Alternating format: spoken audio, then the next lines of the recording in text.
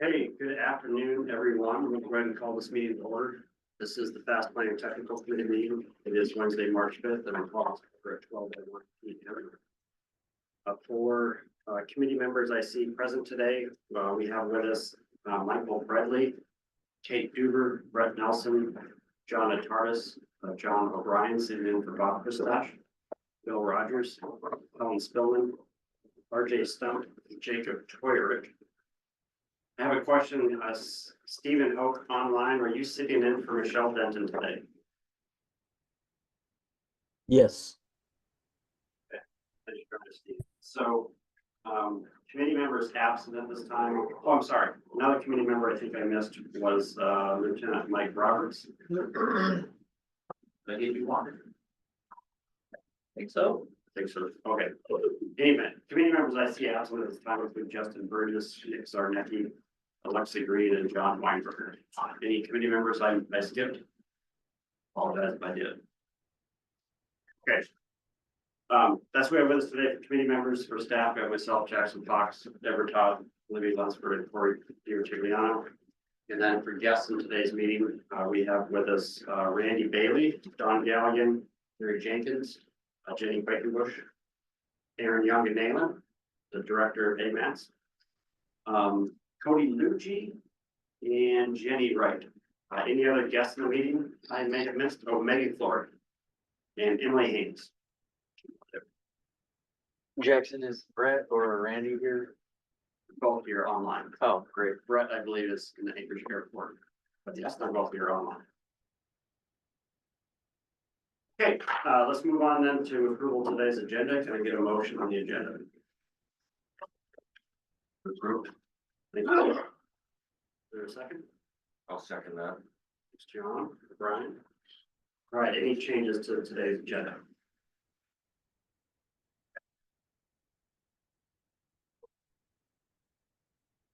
Hearing none, anyone opposed to approval of the agenda as presented? Hearing no one opposed, we'll consider approved. That takes us to approval of February 5th, 2025 meeting minutes, which begin on page 2 in the backup. Can I get a motion on that? Approved. Thank you, Bill. Is there a second?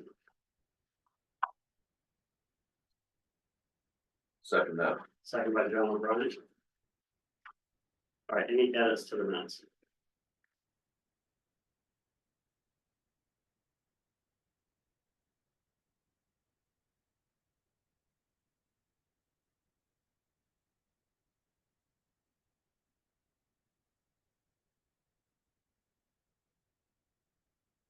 Hearing any edits? Also, are there any committee members opposed to approval of the minutes as presented in the packet? If not, we'll consider those approved. Takes us down to item number 5, literature review when driving is not an option. This is a new thing that we've initiated here at Fast Planning, and I'm going to turn it over to Corey. But you'll see these periodically pop up on the agenda moving forward. And we're going to do this kind of in advance of starting the regular business in the meeting. So, Corey. All right, I'm going to share my screen here. So we've set aside about 15 minutes for this. If I could, this would be more of an hour-long thing because there's a lot of really terrific material in today's book. But this literature review program, I do want to just kind of say, sort of at the top of the discussion here, that this is something that came out of our staff retreat that we had last year, and the goal was to really, we do a lot of like ongoing education here at FAST. We get exposed to a lot of really terrific material, and we thought that it would be helpful and enriching to share some of that material back with the group here.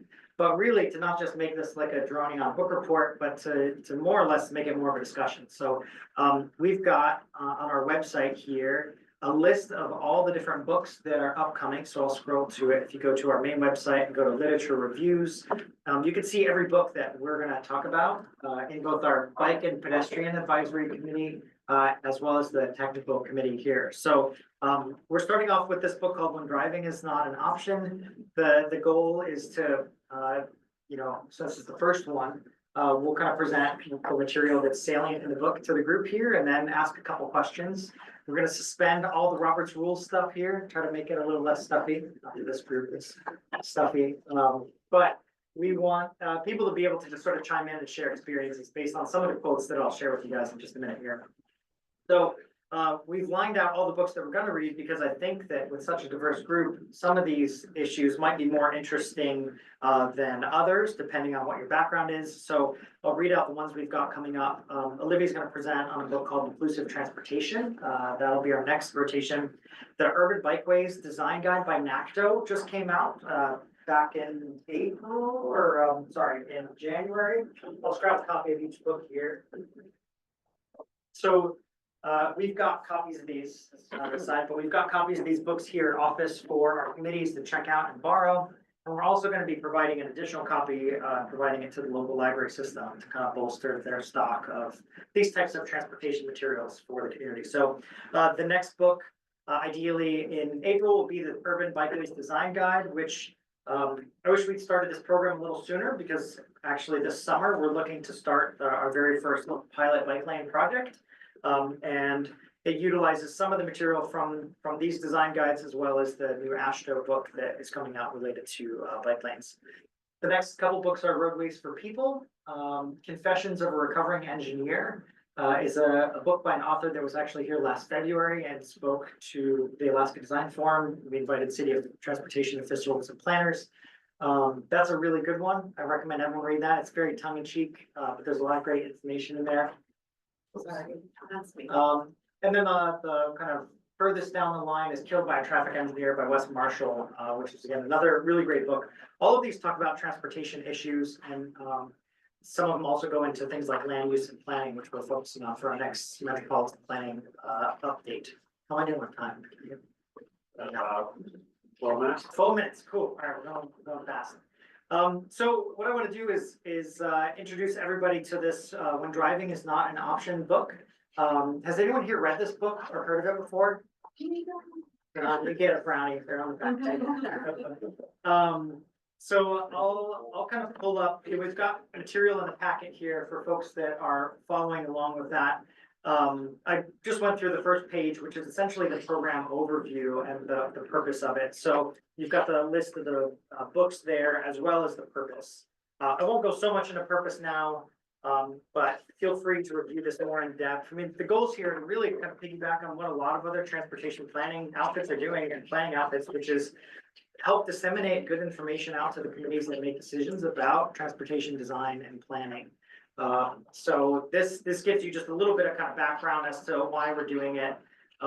It's riddled with DEI language, so we put it in the packet, so print it off before it gets deleted. But our hope is to you know, really just kind of reiterate, like the core focus of us as transportation professionals is to provide for the greatest good and to kind of maximize the federal funding that we get for the broadest audience. The literature review itself, this will be the format that you'll generally kind of see here. So we'll give the author's preface, some places where you can find more material on our website.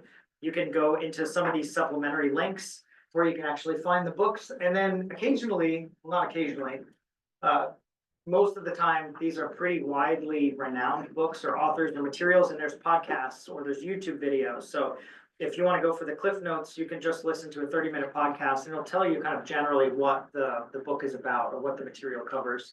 So we'll provide this sort of short list of, you know, how much time do you have to invest in learning about this in advance, if you want to be more actively involved in the discussion that we'll have. And so any questions about the kind of overall ideas for the program or what we're trying to do here? What is the discussion that actually take place today or at some future date? Nope, it will today. So what I'll try to do is I'll give a really accelerated overview of the book and then just pose some questions. And to answer the questions, I don't think you need to have read the book because a lot of it is going to be about personal experience or your professional experience in your various jobs.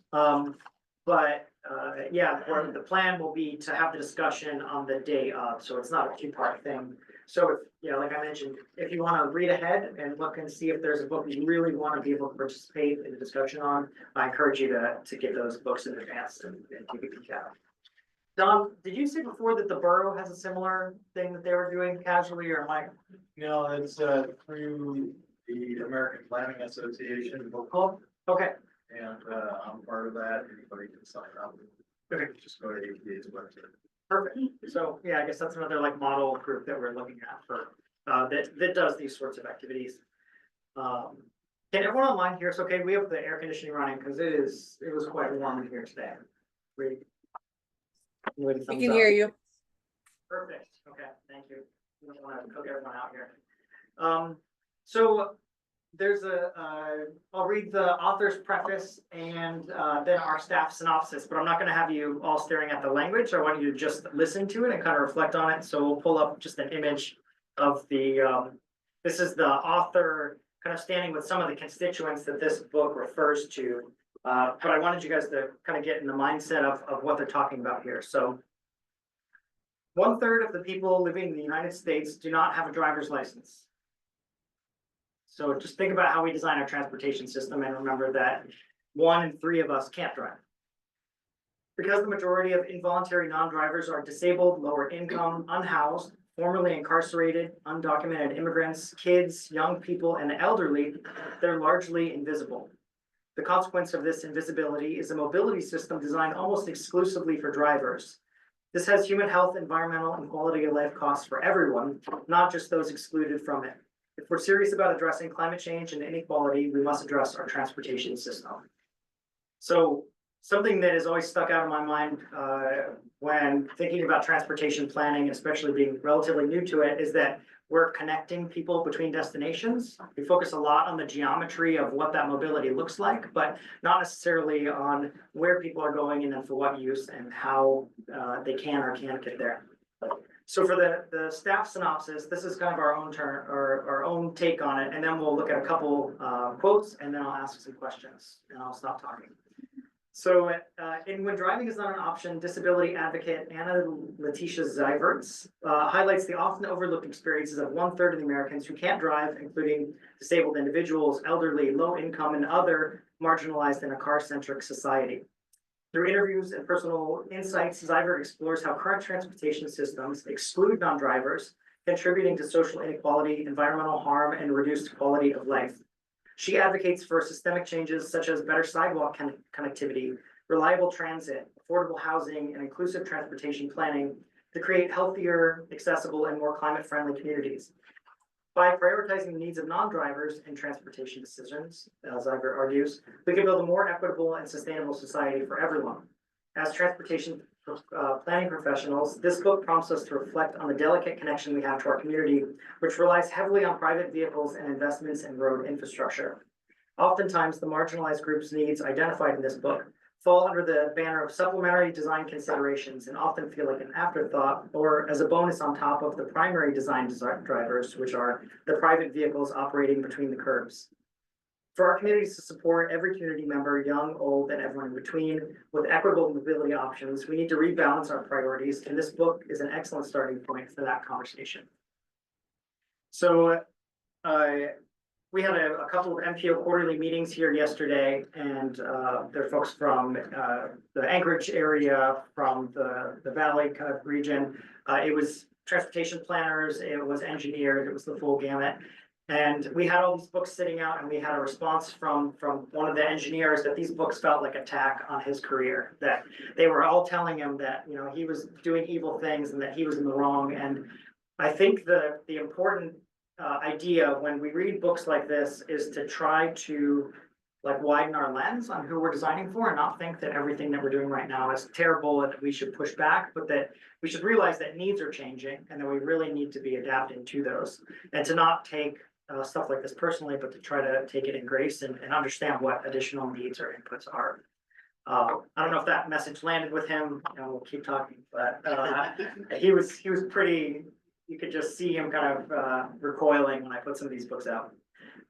So I want to read a couple quotes and then ask questions because I'm done talking here. But I wanted to bring some of these up because I kind of combed the text And I had some thoughts about things that might be locally relevant here that I hear like come up again and again in some of our committees. So we've got these core concepts that are part of the packet that you can read, like things to really think about. They're broad brush, so if you want to know more about them, you should read the book. But I wanted to read just a few things out and then get some feedback on. So one of them is in the introduction. There's a quote that says, like, data is helpful until it isn't. So the quote I want to pull forward is, in other words, focusing on counts of people already moving through a place does not account for the people who would be there if adequate facilities were provided.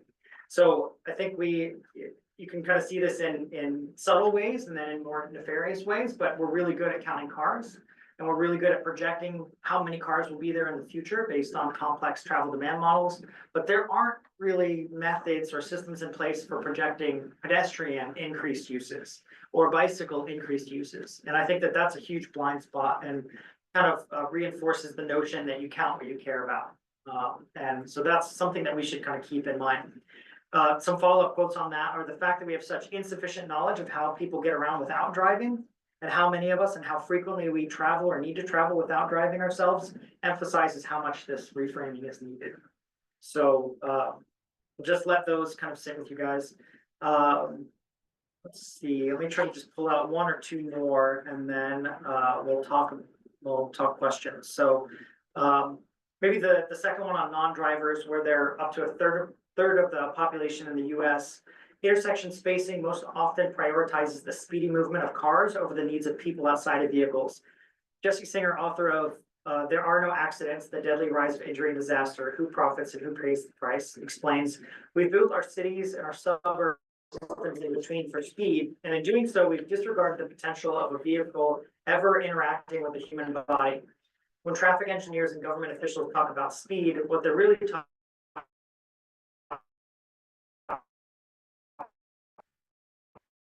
about is efficiency. When they talk about efficiency, you need to be. I can't remember the stretches in between, but there's almost a mile stretch where people don't have a safe crossing until recently, where a crosswalk was installed to facilitate movement between the farmers market and a parking area. But it's a road that bounds a huge residential area, and then on the north side has recreation areas, businesses, all sorts of other things. And pedestrians are just sort of left up to their own devices across that road. And I think that is put gently, that's a shame. They're marginalized in that kind of way. And then maybe one more or two more to go here. A really important thing is to hire non-drivers and support non-drivers in leadership roles. And this has just stuck with me since I read the book, but imagine a highway department staffed entirely with people who do not drive. Just like, think about that. Maybe they ride as passengers in cars sometimes, or drive when out of town on vacation. In other countries where more people drive, where driving is easier, more comfortable, more convenient. Our perspective of what a transportation system should look like would be heavily influenced by what people walking, rolling, and taking transit need. Will we be able to know what would work best for drivers at a highway interchange? Probably not.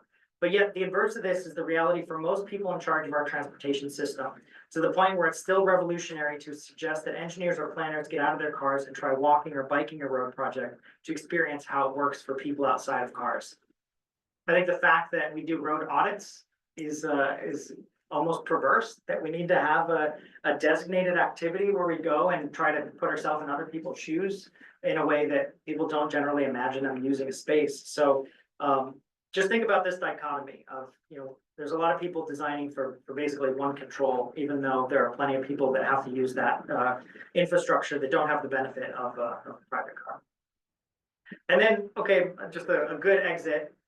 Before the rise of automobility, cities in the United States had the density to support public transit. As Nicholas Bloom points out in The Great American Transit Disaster, new zoning policies, often driven by a desire to prevent poor and Black people from moving into suburban communities, lowered housing densities to the point that transit could no longer function without heavy subsidies, which we see a lot in Fairbanks especially. Bloom also points out that as public transit became integrated in the United States, car-dependent suburban communities and large investments in car infrastructure were funded so that white people could remain segregated. Automobility was driven by and continues to enable refusal to share public space. Sorry, that wasn't very uplifting. I thought that was a different quote until I got waist deep in it.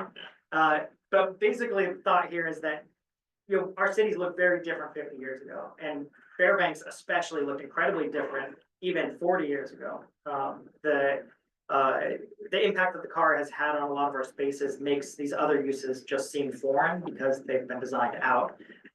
And I think that a lot of our discussions here try to question that notion and try to come up with designs that fold back in these very basic forms of mobility, like walking, or riding a bike, or using a mobility aid of some sort. So I encourage everybody to read back through those if you want on your own time. There's a lot of great materials that are referenced in the book itself, and those are listed down below here in the ongoing discussion. All these books are book on tape, so if anyone's doing long drives to Anchorage or Delta or Valdez, that's a great time to listen to some of these, so you don't get space madness. And then I've got a couple questions I'll ask before we talk about Olivia's next one, and she'll just give like a brief overview of that. So some questions that I wanted to leave people with. Are they in the packet, Jackson? Yep. Bottom page 15. Oh, targeted questions. I skimmed right over, sorry. So I want to open it up to folks and just ask, what experiences have people had using alternative modes? And maybe not by choice. Maybe I'd ask, has anyone here like broken their ankle in winter? Or, been on heavy narcotics and not been able to drive and had to rely on others? Like what?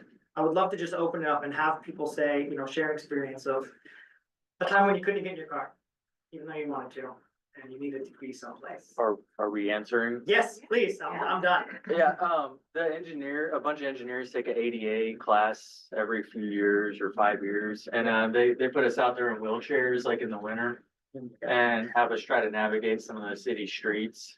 And it's pretty eye-opening. And speaking of that, they also blindfold us and have us walk around too to mimic visually impairedness.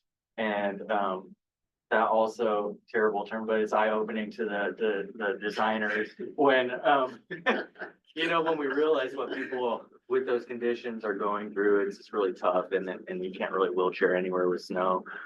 Also, I tore my MCL back in college and was on crutches, and that's pretty tough getting around town.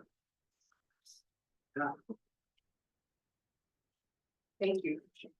Yeah. Don? Corey, when I first moved here, well, the first 3 months I was without a car. So I was transit dependent, and it is eye-opening. I mean, like in some respects, we're kind of fortunate for a city this size to have the transit system we do.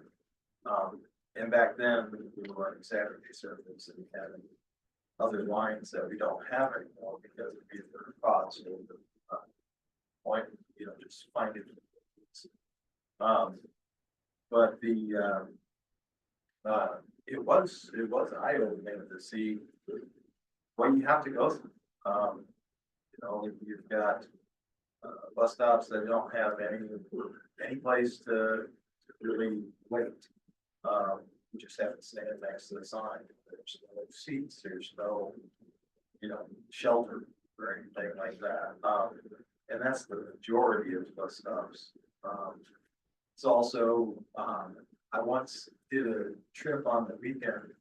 I went from my apartment to the library, to the animal shelter, to the grocery store, and back to my apartment. That trip took 5.5 hours to do. After I got a vehicle, I did the same trip. It took 45 minutes. And so, there are some difficult realities that we have to look at for the kind of support we give to people who may not have access to. Yeah. I think that the tax on time is a really big one and maybe an often overlooked one. If you can even get access to the transit system, it could take 4 to 5 times, what it would take if you were a private vehicle. Aaron, do you have one? Yeah, so when I was in college in Oregon, I broke my ankle due to just circumstances, and I was 3 months in a wheelchair. And it was very apparent that our college was not ADA compliant in any way, shape, or form. I didn't have access to the elevators to my dorm, so I was hopping up and down the stairs trying to not keep my ankle from being hit, and I had people carry my wheelchair around with me. I was stuck basically in the dorms for those 3 months until I finally got a walking boot, and then was in Germany for a little while, which was a fun experience. So just want to let people know it's not just Alaska that has problems with this. Even places like Oregon are severely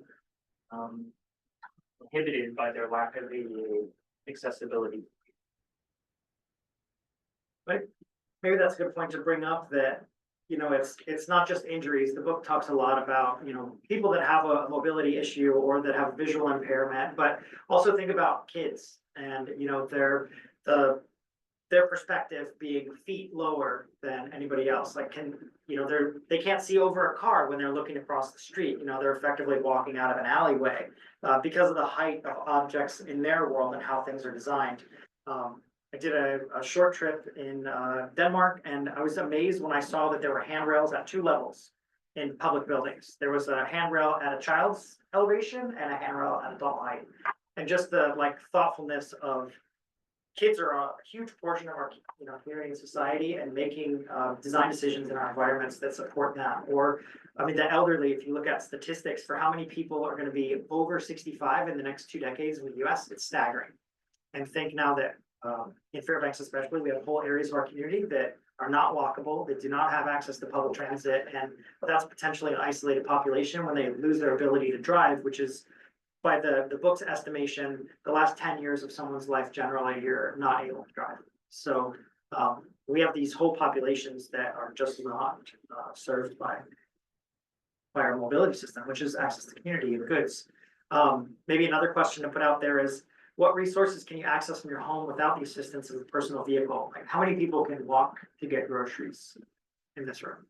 I mean, in a reasonable amount of time, less than 45 minutes. It's like, I can walk because I'm able-bodied, Right. but it's 8 miles Kind of one way.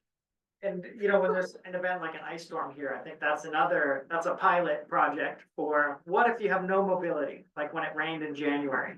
Like, what happened to the community for medical appointments or for access to services or food? I think these problems aren't necessarily things that transit can solve. It's also land use and community planning and Yeah. community investments. Yeah.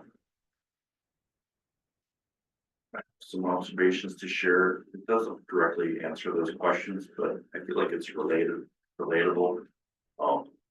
In the past, when I've had the opportunity to ride my bicycle into work, you know, I've really enjoyed that. With the health benefits, enjoyed the increased activity.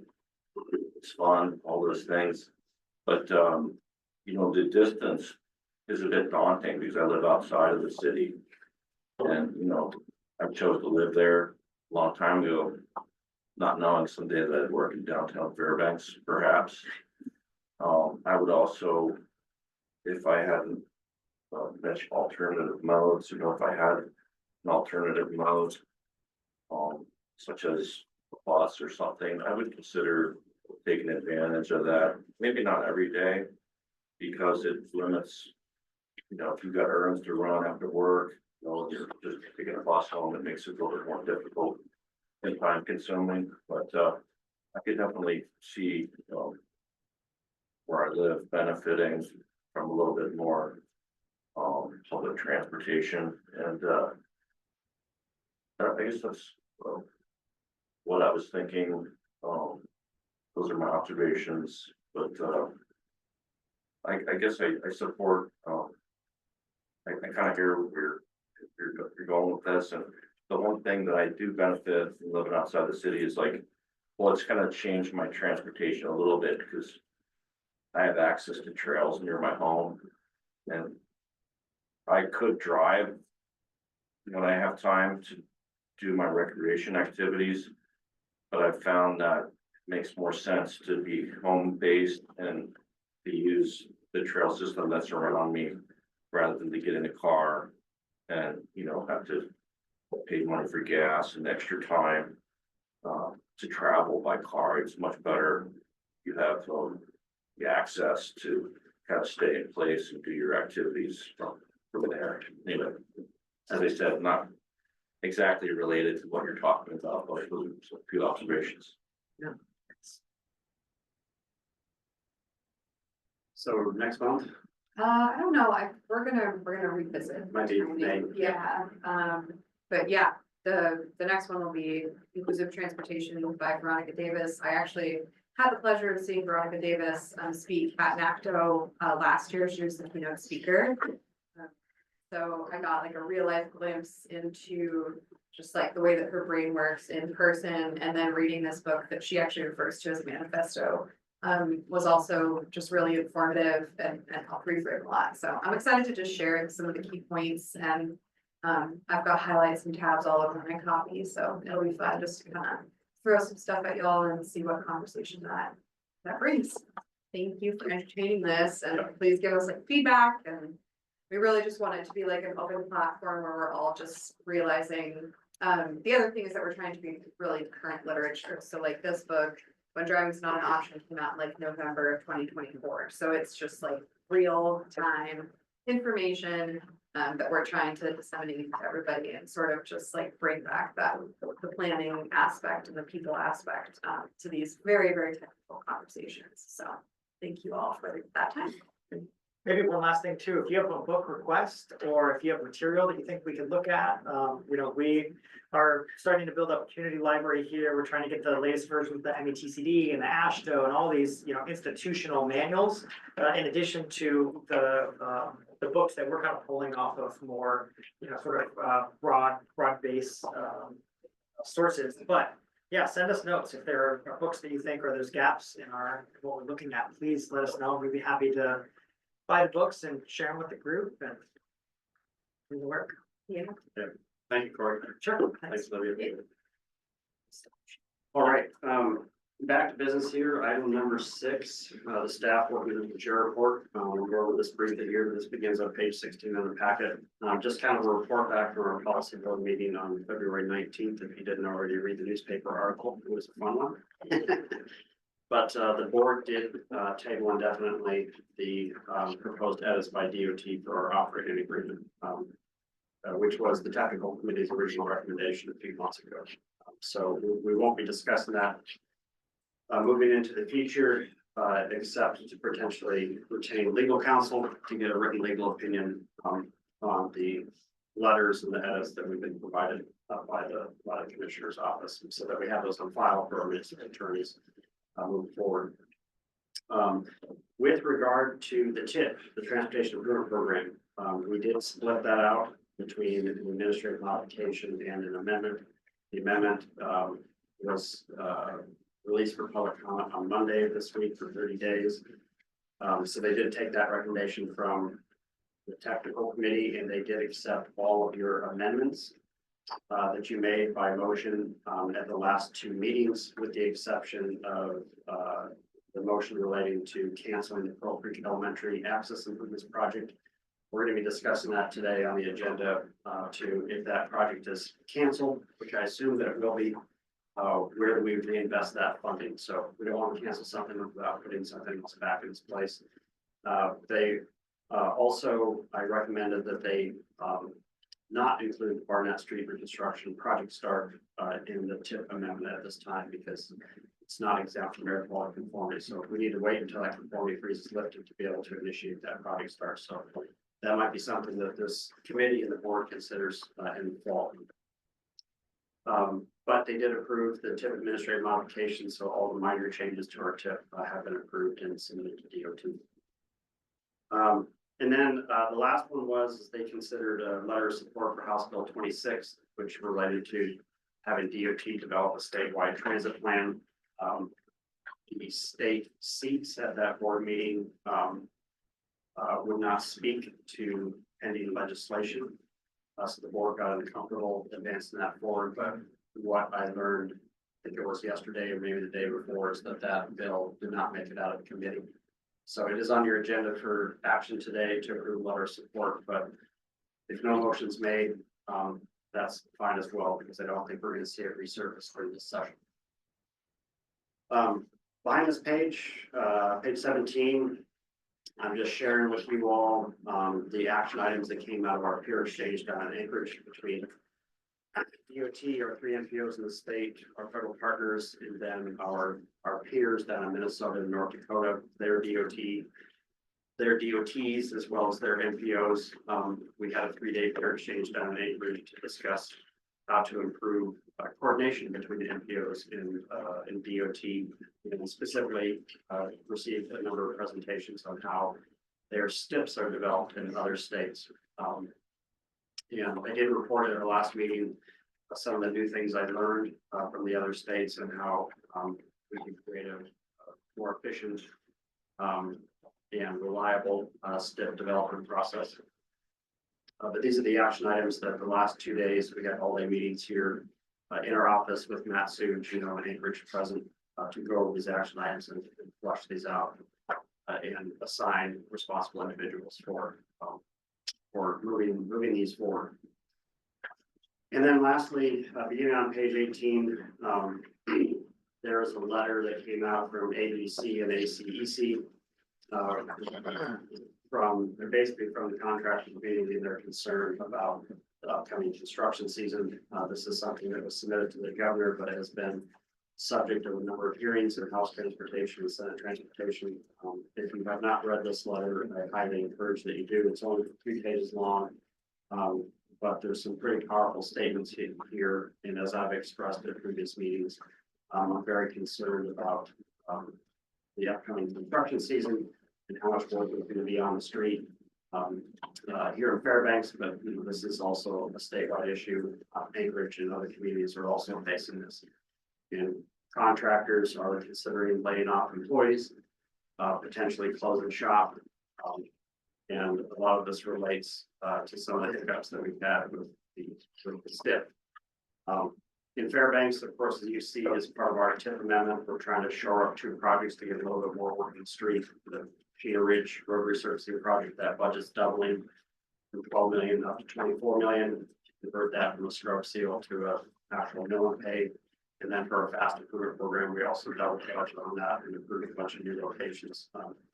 These don't go out to bid until our TIP amendment is approved, and so at the close of the comment period, I'm likely to take that straight to the policy board in April to get that approved, so that those projects can get out to bid, and hopefully most of that work can be completed this summer. So, but it still doesn't fill in the gap for our construction season what we've historically seen here at Fairbanks. It helps a little, but it doesn't fill the gap that I foresee for our area.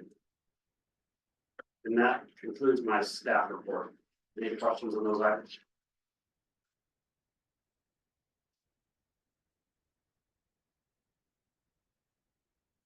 Oh, and for the record, for committee members, I did see that Alexa Green and John Weinberg are happy to join us.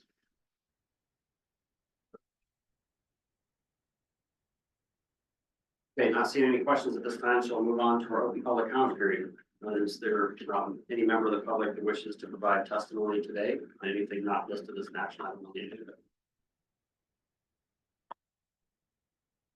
Not seeing any in the room. Anyone online?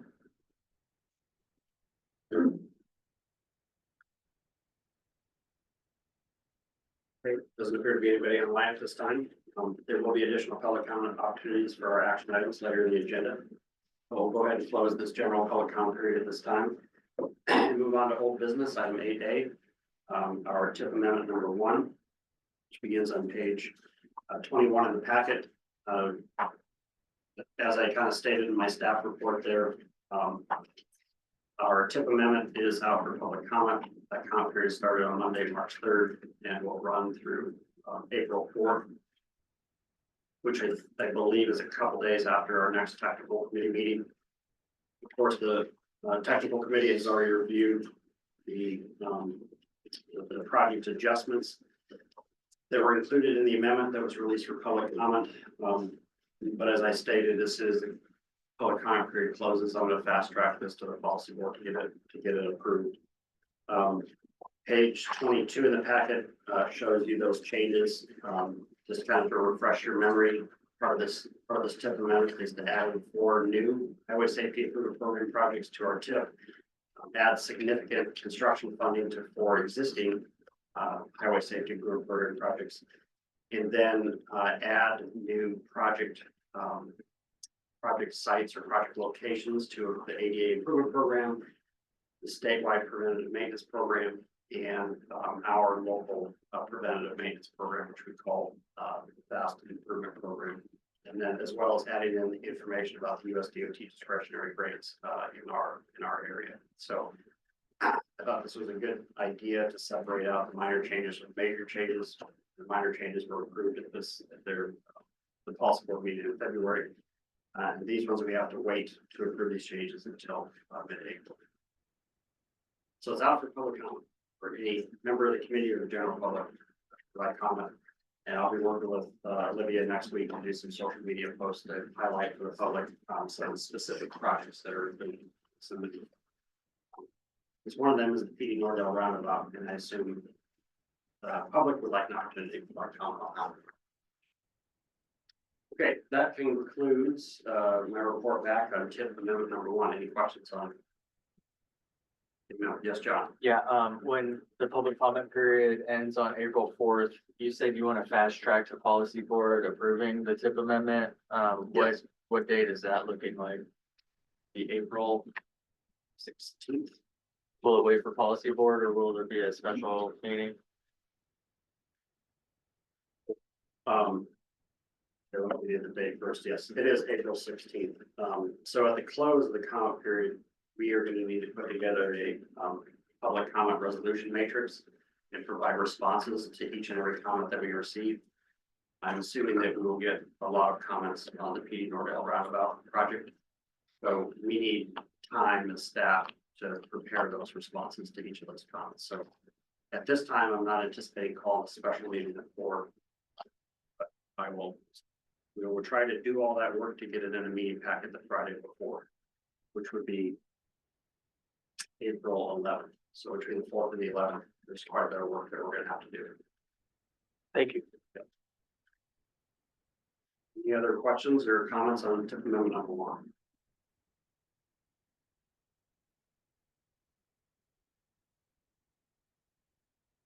Okay.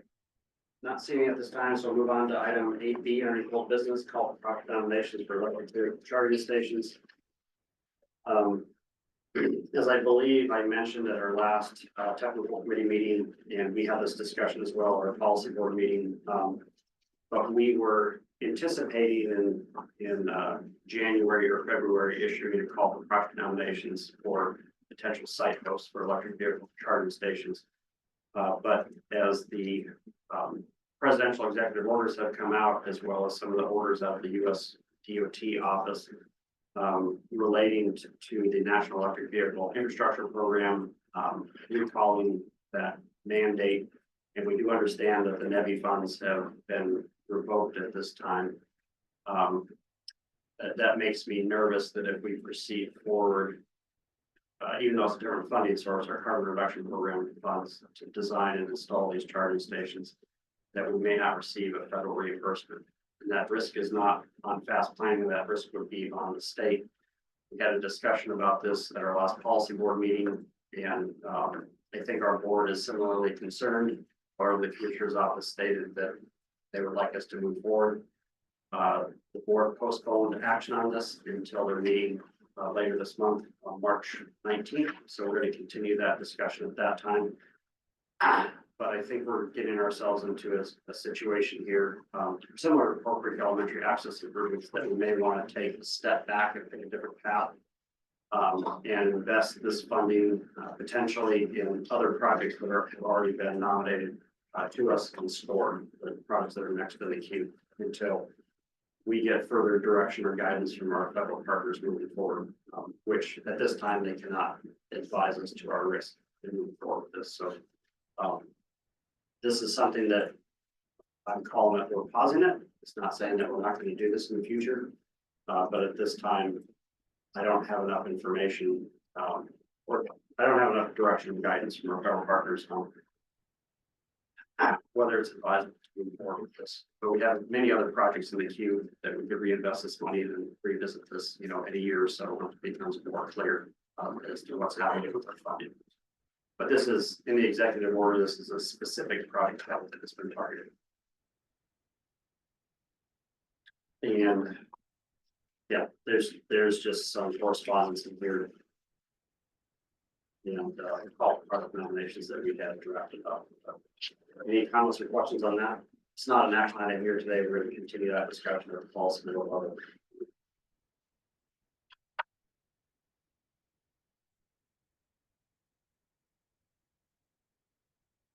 Okay.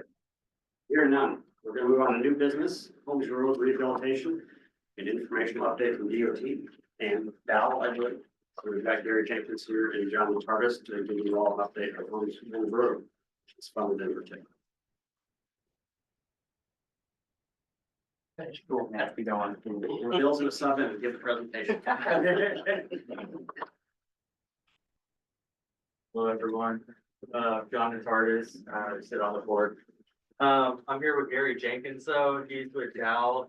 He's a project manager on the consultant side for the design of Holmes Road rehabilitation. And I'm the project manager on the DOT side of the project. So, next slide, please.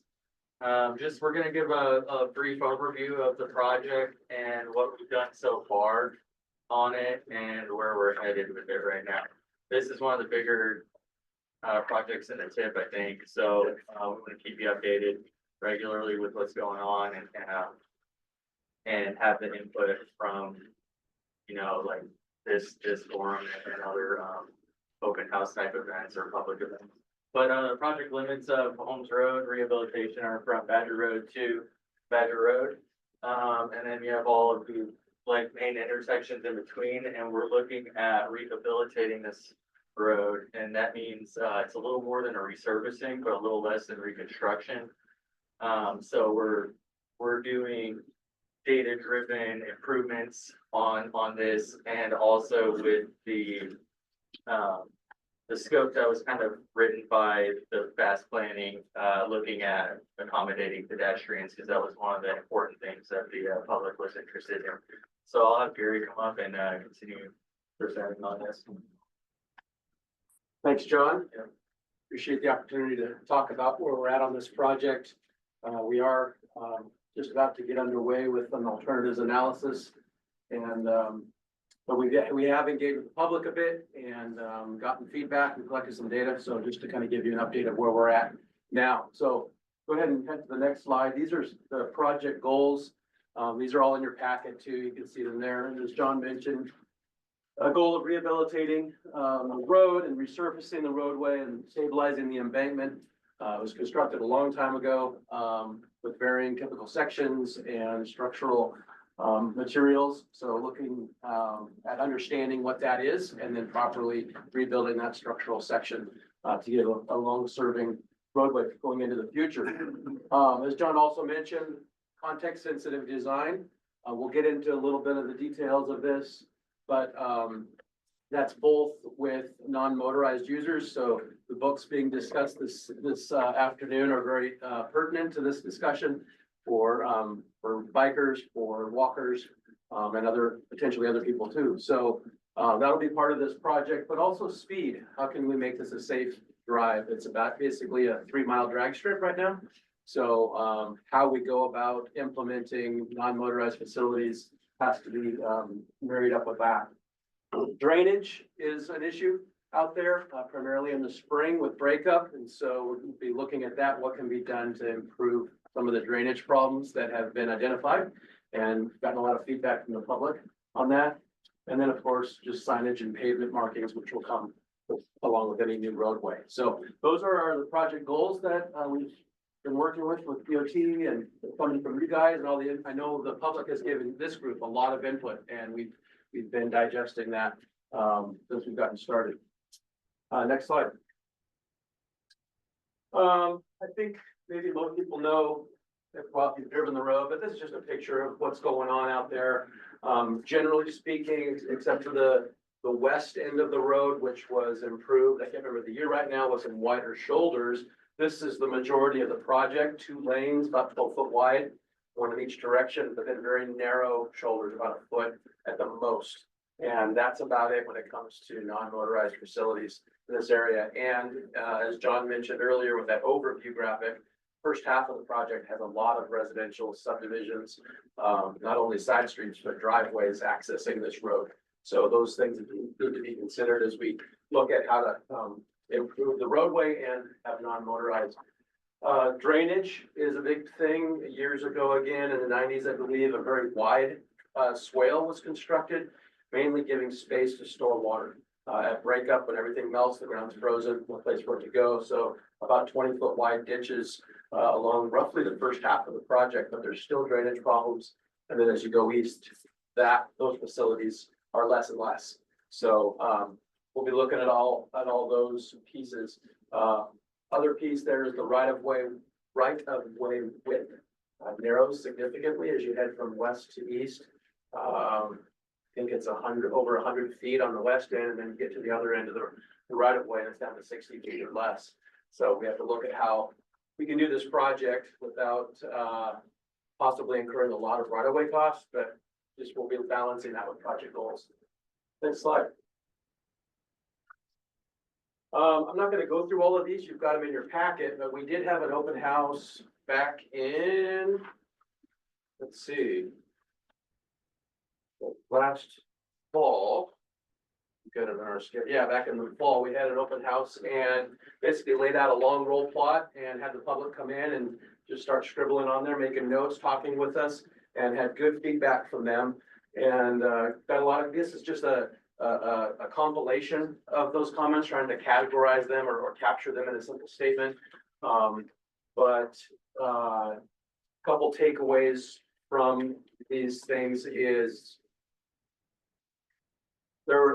interestingly, they report a lot more accidents than you when you collect the, get the data from traffic and safety, number of accidents, number of fatalities. They start saying right here, right here, right here, right here, all these different accidents, and we don't have documentation of that. So we're figuring out how to incorporate that information.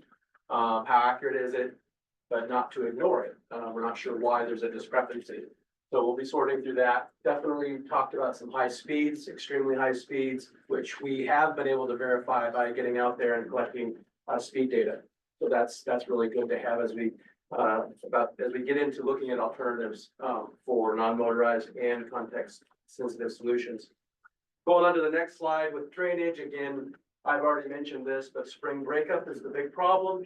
Really, it's a storage and coming out of breakup when the ground's frozen, ground has got high permeability, but when it's frozen, we all know this isn't new to Fairbanks. The water can't get out. So we'll be looking at that with our H&H team. What can be done? Again, right-of-way constraints are a consideration, space to store this water when everything's melting.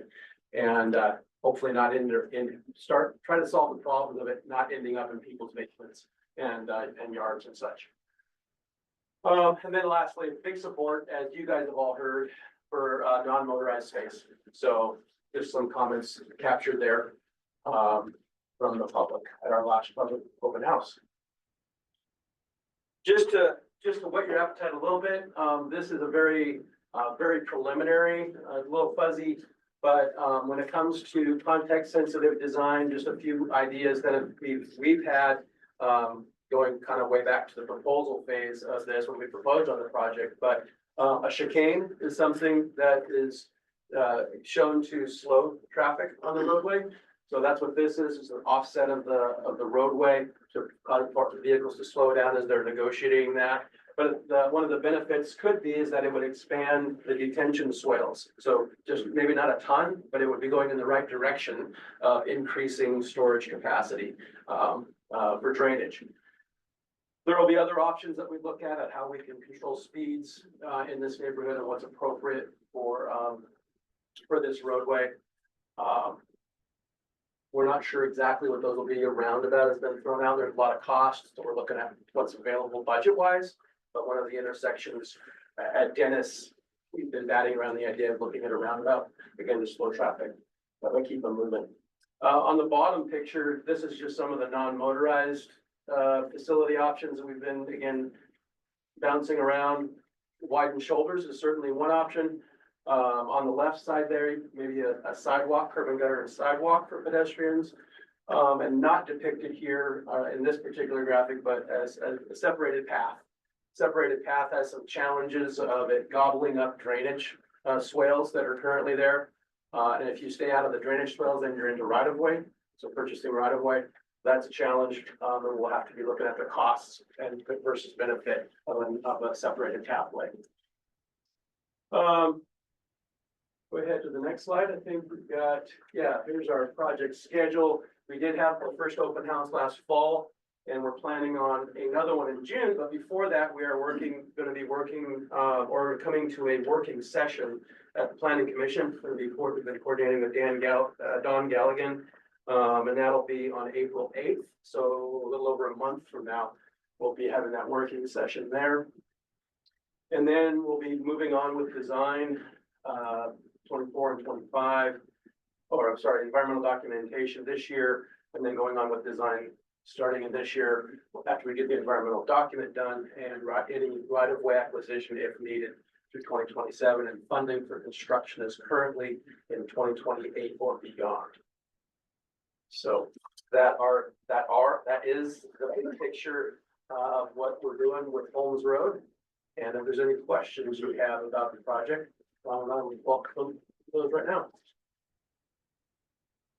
And I noticed that there's plans for sort of a pedestrian lane or a bike lane. When the road is plowed in the winter time, won't the snow plows just be pushing snow into that lane? Because we're plowing for highway vehicles, not necessarily thinking about the bike path or the pedestrian lane. So those are nice to have, but they might not really be usable until spring and summer. Are you talking about the sidewalk that was shown on the one side? Yeah. Yeah, Oh, it's a real sidewalk, okay. it was actually a sidewalk, which, I mean, around town, I know the state maintains this portion of the road, so however that falls in the hierarchy of keeping the sidewalk clean or clear would be similar in this case. Clear, and presently there's no sidewalk there. Correct, at all. no sidewalks at all. So that's an added maintenance cost. It is, So. I Yes. just wanted to maybe mention that. yep, very true. Yep, In your public hearings, have you received support for traffic calming? we didn't present any ideas yet. We were there just to say, hey, give us your ideas, tell us what you're seeing in the corridor, what are the problems? So at our next open house coming in June, that's when we're gonna present some of the all the ideas that we consider, how we rank them, pros and cons, those kinds of things, and ask for their feedback. Yeah. In general, there was support for slowing traffic, but we didn't get into specifics.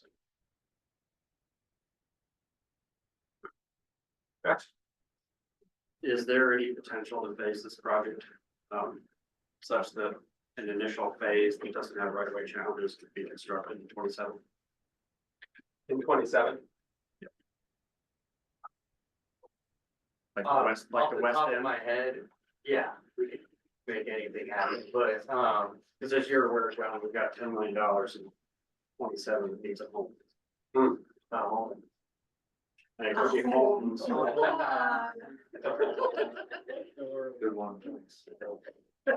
Also Lieutenant Roberts.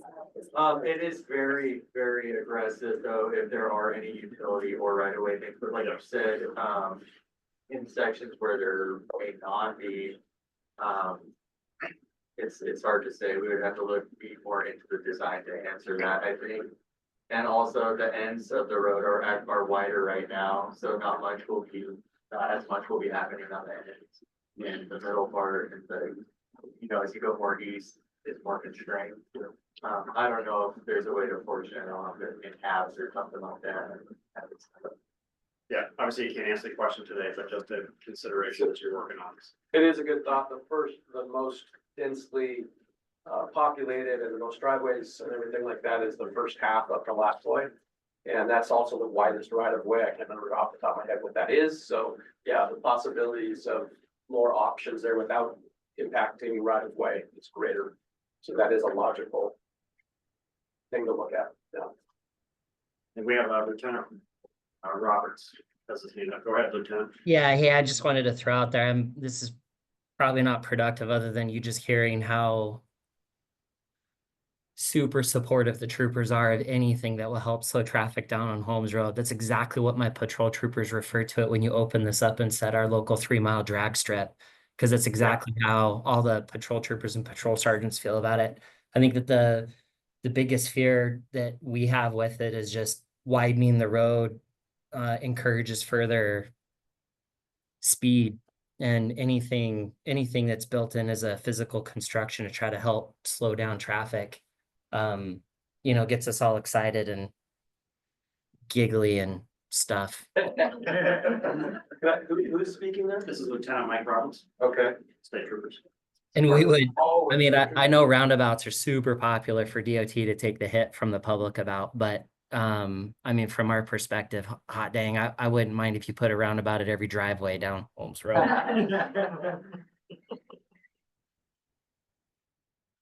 Thank you, Lieutenant Robert. All right, any other questions on Holmes? Excuse me, is there any ideas about streetlights? I see that the comments that received were, at least one of them were against having streetlights, but that seems to be, counter or could be counterproductive for public safety. The lack of lights. Lighting at some of the key intersections is definitely worth looking at more closely. Dennis and also Lackloy. Lackloy also has a bus stop for school kids, so looking at that at isolated locations makes a lot of sense.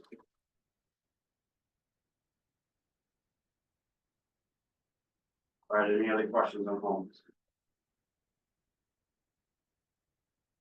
Okay, not seeing anybody, so thank you, Gary. Are you allowed to check out these books, or is this? Yeah. We can check public. Yeah. Okay. Thank you. Thank you. We're gonna move on to our first action item here today, item 9B, or CMAC and CRP, or Quality Program and Project List, which begins on page 39 of the packet. As I discussed earlier in the meeting, if we cancel the Pearl Creek Elementary Access Improvements Project, which was planned to go to construction this coming summer, though the school district has announced that school will close, and if we pause at this time, moving forward with the electric vehicle charging stations, in total, we have about $7 million to reinvest into other projects. That doesn't necessarily mean that we need to spend $7 million right now. Some of these funds are from 2025, some of these funds are from 2026. And some of these funds are actually from 2027, but also with current year funds in 2025, we can carry those forward. We have a period of availability of up to 3 years to utilize those funds. So I took a look at all of our existing projects that have been nominated to fast planning and scored by our technical committee. And I came up with a list of 6 projects that could potentially be started utilizing this funding and moving them forward. Some can move forward quite quickly if we're looking at purchase of equipment. But just to go over this list with you all, this would be purchase of additional compressed natural gas buses for, and potentially paratransit vans for Max Transit. I did have a meeting with Michelle Denton a couple of weeks ago on this. They would love to have enough funding to purchase 2 additional compressed natural gas buses. They are $900,000 each, so it'd be about $1.8 million investment.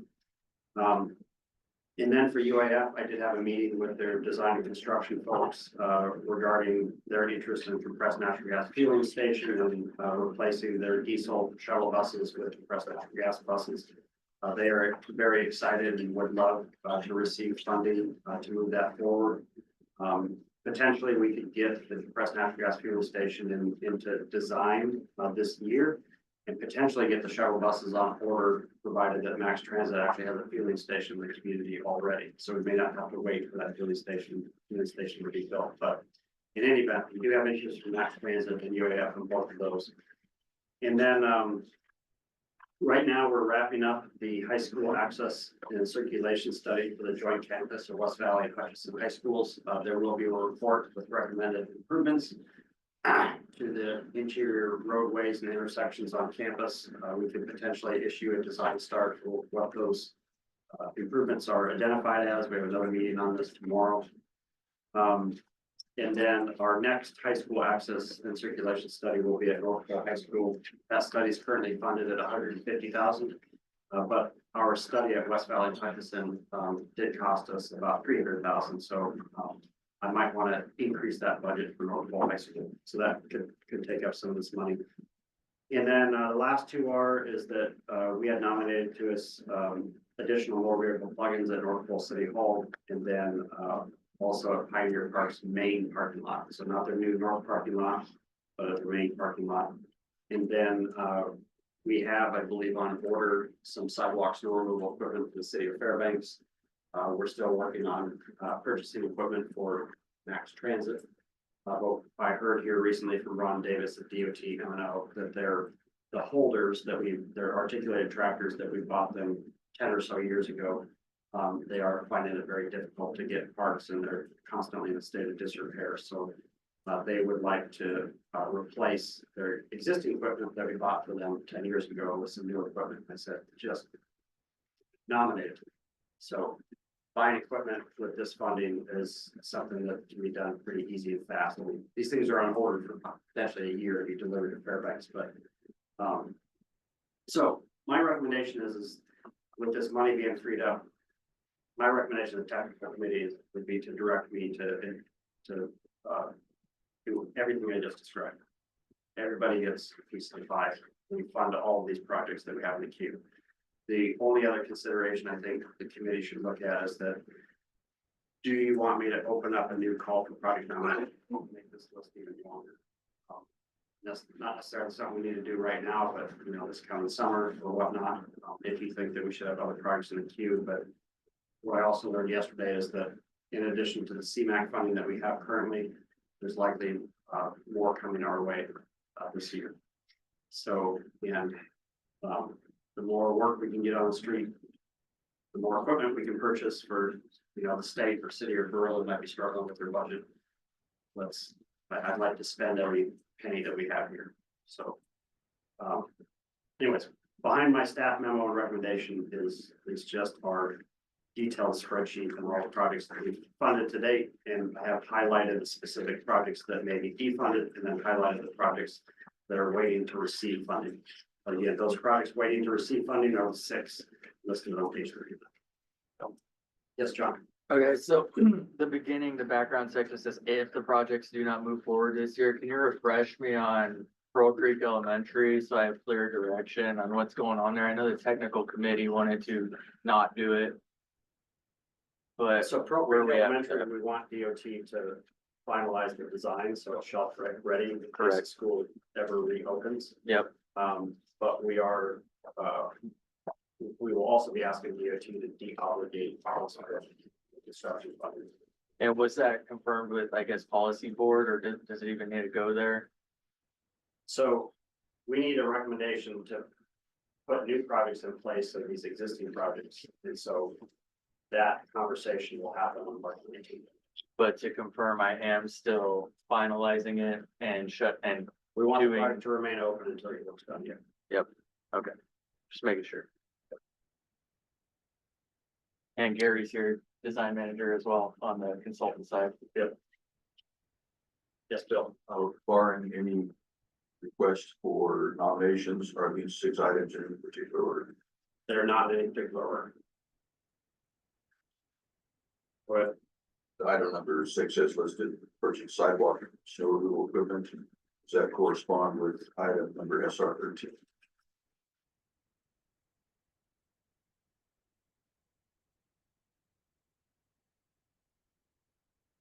Yes, it does. Thank you. So we would just be adding in, so that's a existing project we would simply be expanding the scope to also purchase equipment for DOT. Yes, John. I have CMAX style projects that could use additional funding. Would we need to reopen? I guess that they're existing projects that could just be infused with some more money. Is that something to talk about now in this conversation? You can give us an idea of what those are, but yeah, if it's a project in the tables here, all I need is an email from you with the additional funding request. This is a program, so I can move the funding around pretty flexibly without Okay. having to do a tip amendment or admin mod. Okay, I will, send that information to you via, in the PDP. Okay. Yeah. Yeah.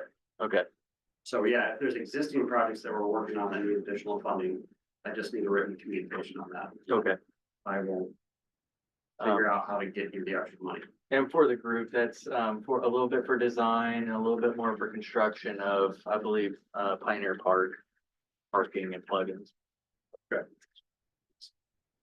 Steven, see your hand up, go ahead. Yeah, Jackson, thank you.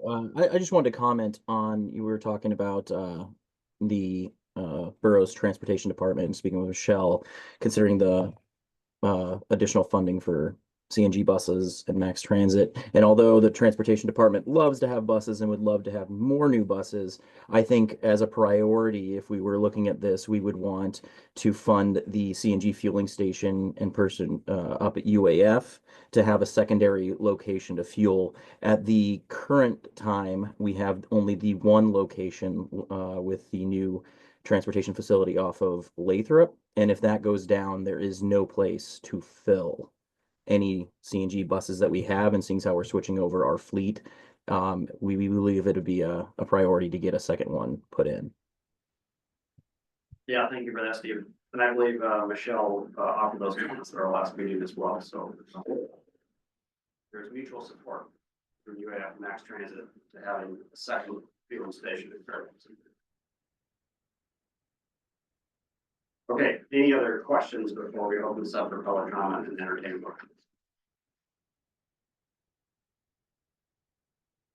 Okay, so no other questions at this time. Is there any public comment on the side of here today? Not seeing any in the room. Anyone online? I guess I have a comment. Yes, go ahead, John.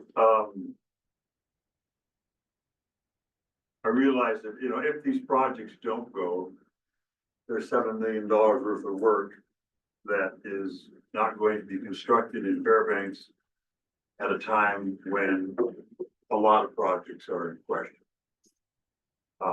So I would encourage that you to, if at all possible, put this money into phase 4 rather than 2, 3, or 7. My problem.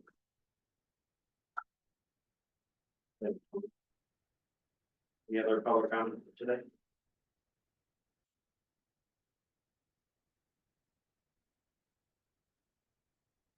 I'm not seeing any at this time, so we're going to open up the floor for a motion.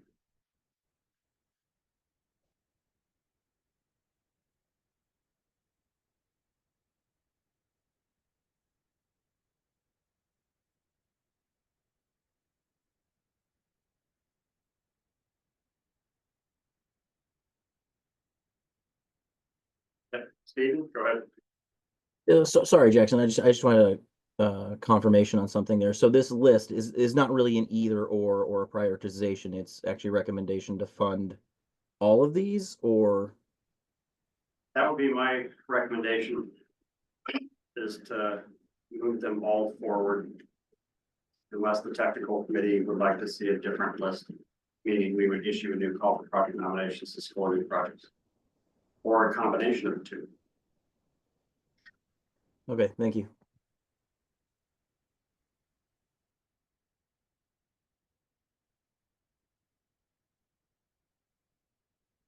I'd like to make a motion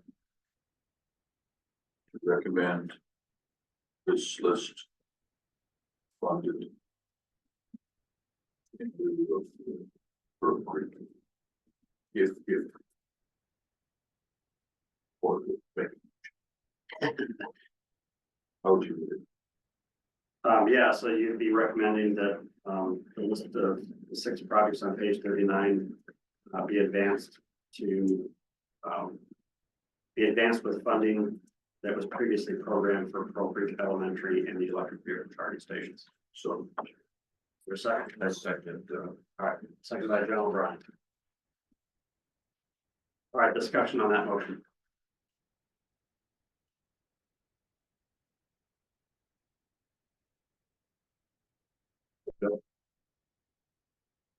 So at this point, we don't know if mathematically if this six items equals what will be left over.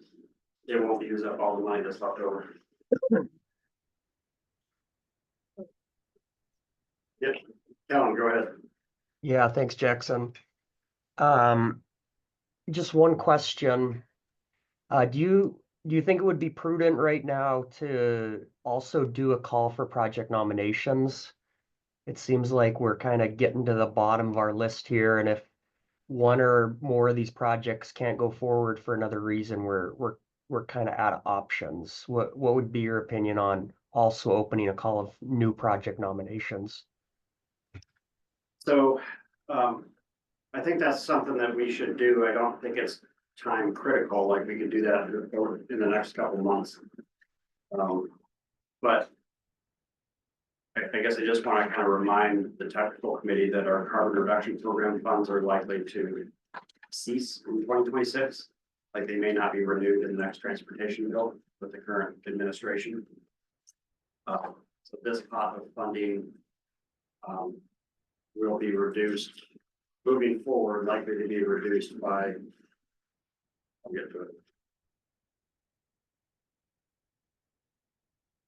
Reduced by about $1 million per year.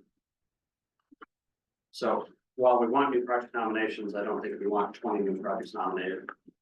We'd want a smaller number.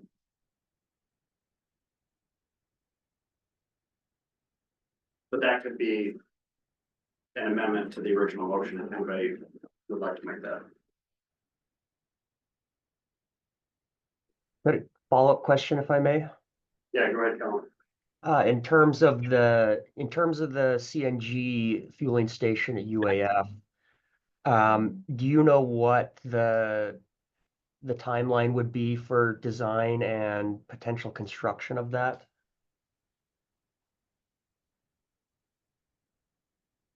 I do not. I guess what I'm It would be a consultant-led effort to complete the design. We'd add at a minimum of a year, it could take up to 2 years before it gets to construction. It depends on how complicated the design may be. So UAF is working on a proposed site location and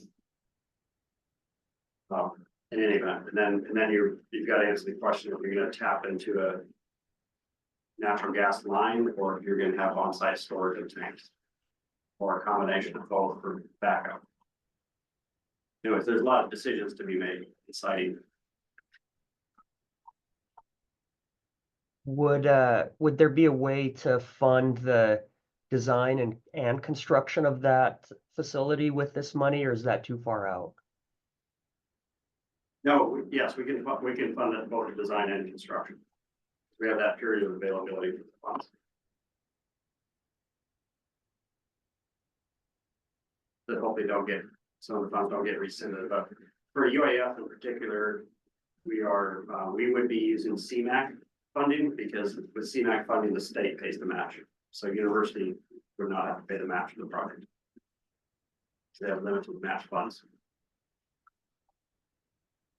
So it would not be carbon reduction program funds for the fueling station.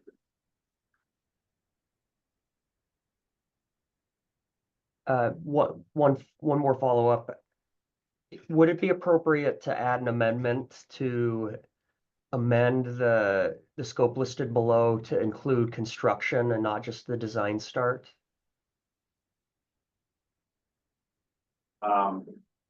Yes. Well, I mean, if you initiate a design start, then you have to program money for construction by default. You can't just initiate a design start.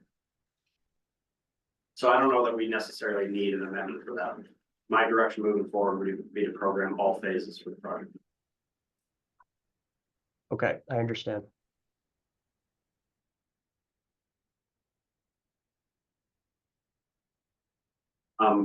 I have a question.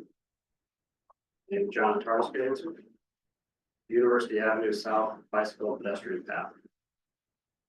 That's a project that we had programmed to go to construction this summer.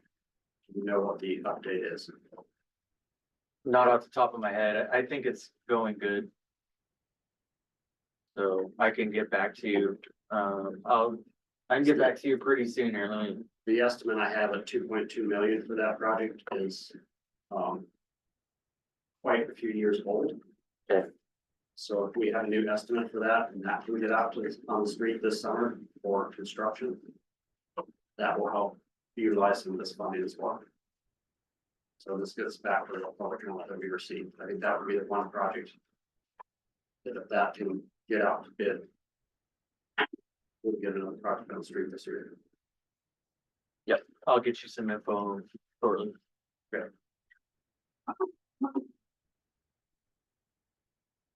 Hey, any further discussion on the motion or any amendments?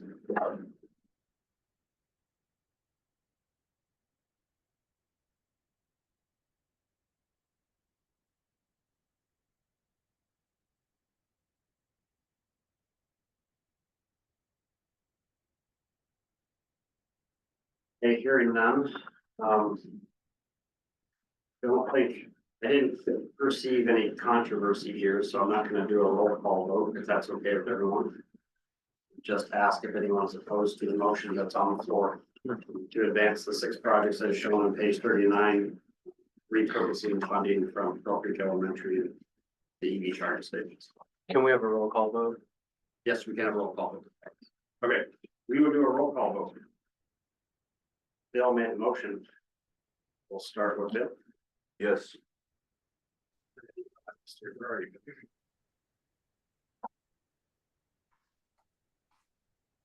Okay, next, Kellen, Yes.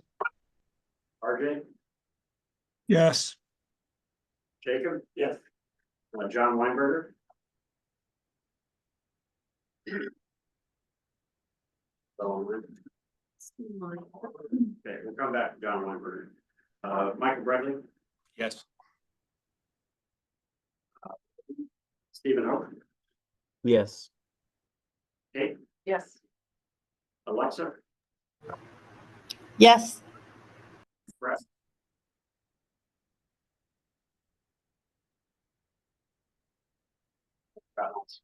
Skip Brett. John Guitars, Abstain. John O'Brien, Yes. Walker, Yes. Lieutenant Roberts, Yes. and back to John Weinberger. Yes. Okay. Thank you. Brett. Yes. Oh, that's Brett. Brett's back. Wonderful. All right, we got a yes out of Brett too. Okay, that motion passes with just one abstention. Okay, moving on then to item 9C, consideration of contributing up to 25,000 from Fast Planning undesignated fund balance for the purchase of bike racks for Max Transit's bus fleet. This begins on page 45 of your packet. So also as part of my meeting with Michelle Denton and Penny Stewart, and I believe Amanda Tyson at Max Transit, they would like to purchase bike racks that fit fat tire bikes for their bus fleet and potentially even their van train fleet.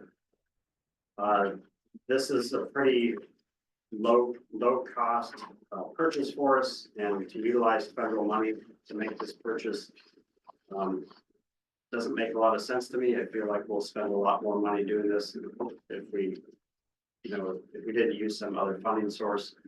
At Fast Planning, as a 501c3 nonprofit, we have our undesignated fund balance right now is about $300,000 to give out in small grants like this. Previously, we gave $30,000 to the Borough Parks and Rec for a Tom Mosaic at Burrell Park. We gave the city of Fairbanks $20,000 for the improvements on Turner Street. We offered to give the city of North Pole $30,000 for a new bike shelter. They haven't accepted that money yet, but at any time they want it, if that has been approved. So this is the latest idea that's come to our plate, and Max Transit asked for $25,000 from us to help them purchase these bike racks. And I think it's a good use of our undesignated funds. So it would simply be Fast Planning, cutting them a check or ordering these ourselves and having them delivered to Max Transit. But they have spec'd out the bike rack design that they would like to see as shown in the packet.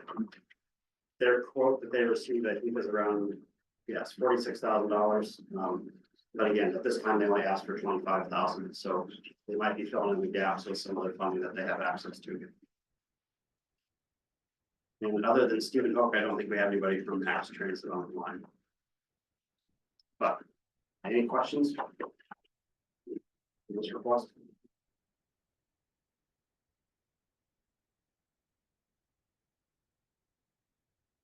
Not seeing any, is there any public comment on this action item today?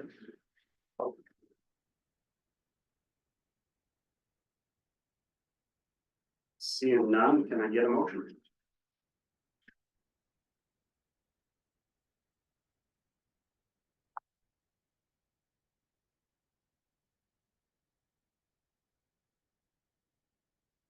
Bill?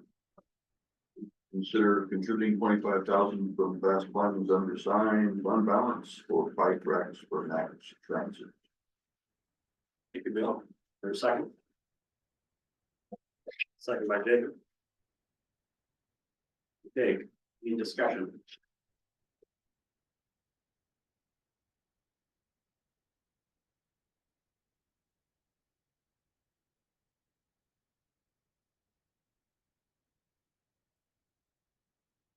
Any discussion? I'll just ask, is there anyone on technical committee opposed to that motion?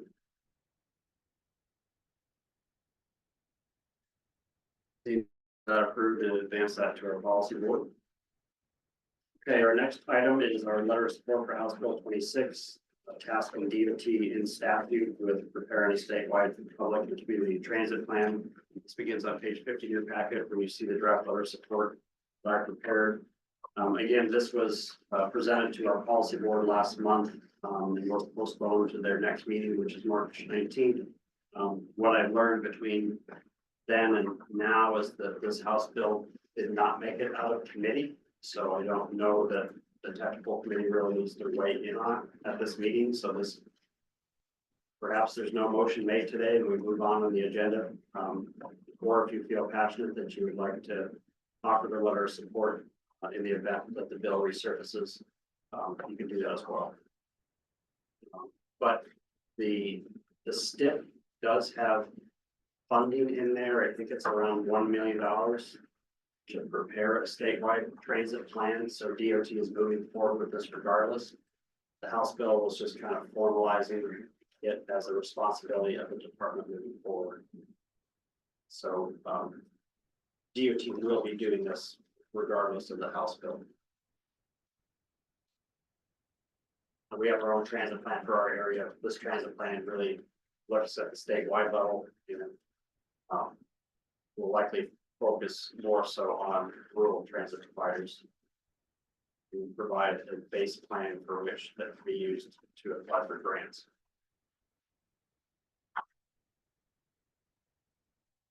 Any questions?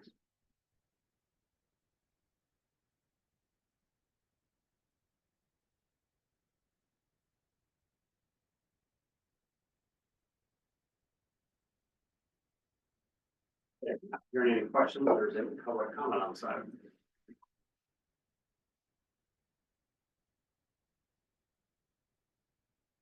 Not seeing any.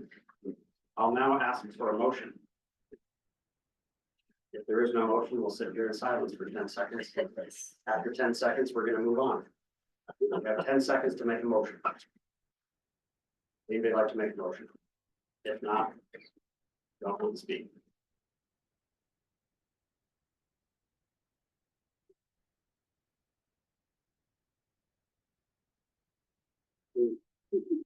One. Door is closed. Let's move on. So our last action item here today, the statewide transportation improvement program. Amendment number 2 begins on page 56 of your packet. As you should all be aware, amendment number 2 is out for public comment. The comment period began on Valentine's Day, February 14th, and will run through March 20th. As with the last STIP amendment and the original STIP, I'm kind of struggling to come up with comments on the STIP amendment. What was released for public comment appears to be a new STIP There is no summary of changes that has been provided for the STIP amendment. And this was in our comment letter last time, but it's over 500 pages, and without comparing STIP amendment number 1 and STIP number 2 side by side, looking through the pages, I don't know what projects were added. I don't know what projects were removed. And there is a change log that shows projects that were amendment number 1 that received additional funding, but again, I don't have any detail on what was added or what was removed. So it's a very difficult document to review. And in looking at the revenue tables and the fiscal constraint demonstration, there are, as there have been in the past, a lot of discrepancies between the tables.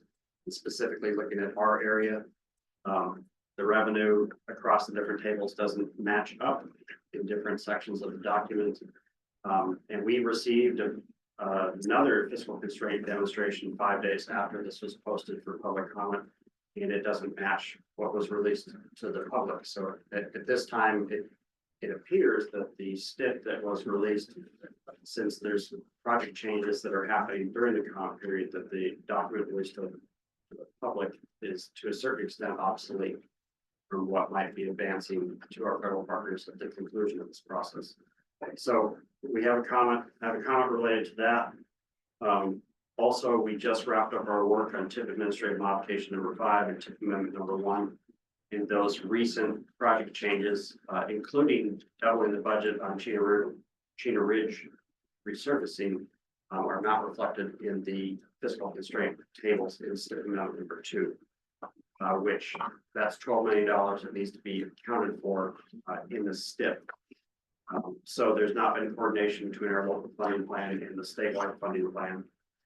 And then my last comment that I have, which is on page 59, is that we have 4 large highway projects, Airport Cushman intersection improvements, the Old Stees Highway reconstruction, the Stees Joe interchange, and the Stees Expressway Milepost 2 to 5 resurfacing project. These are projects that were effectively paused by the conformity freeze in our boundary.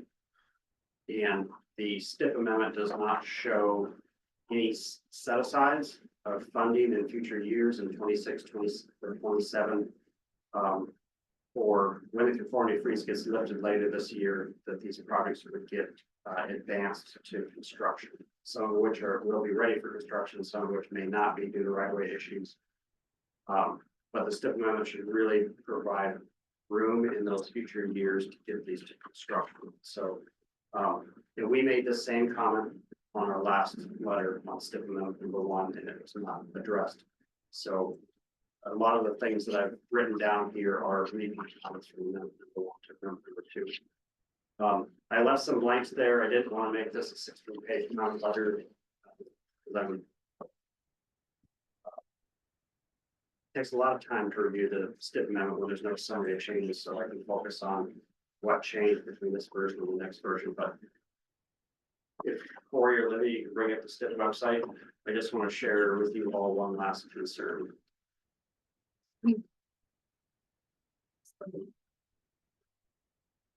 No, you don't have to get to Google and just type in Alaska STIP. I'll stand up there and point something out. And this is not reflected in my comment letter, but I just want to show you one more concern.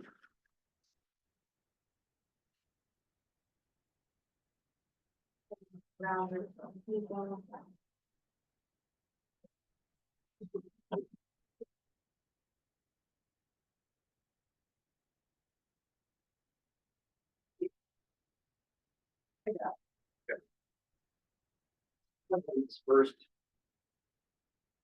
Button. This one? Yep. Okay. Or the dashboard.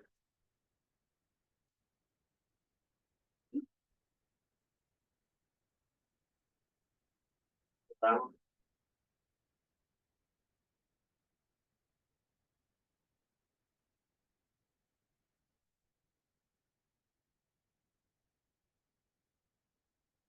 Oh, this keeps going down. There's a map. It's going down. The latest below us. Right there. The comparison. Comparison, yeah, wait for this to populate. Okay.